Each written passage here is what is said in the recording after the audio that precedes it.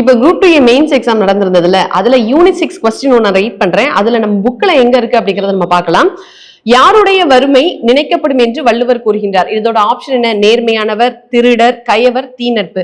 இந்த கொஸ்டினுக்கு வந்து நம்மளோட புக்ல பேஜ் நம்பர் 657 4th புத்தகத்துல பாத்தீங்கன்னா அதோட குறள் என்ன அப்படின்னு பார்க்கும்போது, கெடுவாக வையாது உலகம் நடுவாக நன்றிக்கண் தங்கியான் வாழ்வு அப்படின்னு கொடுத்திருக்காங்க.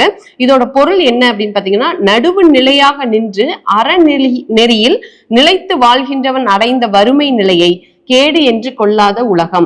அப்போ நடுவு நிலையில் இருக்கக்கூடியவர்கள் அடையக்கூடிய வறுமை என்ன சொல்றாங்க? கேடு கிடையாது அப்படின்னு வந்து சொல்றாங்க. அப்போ நடுவு நிலைமையானவர்கள் அப்படிங்கிறது யாரு? நேர்மையானவர்களை நம்ம நடுவு நிலைமையாளர்கள் அப்படின்னு நம்ம சொல்றோம்.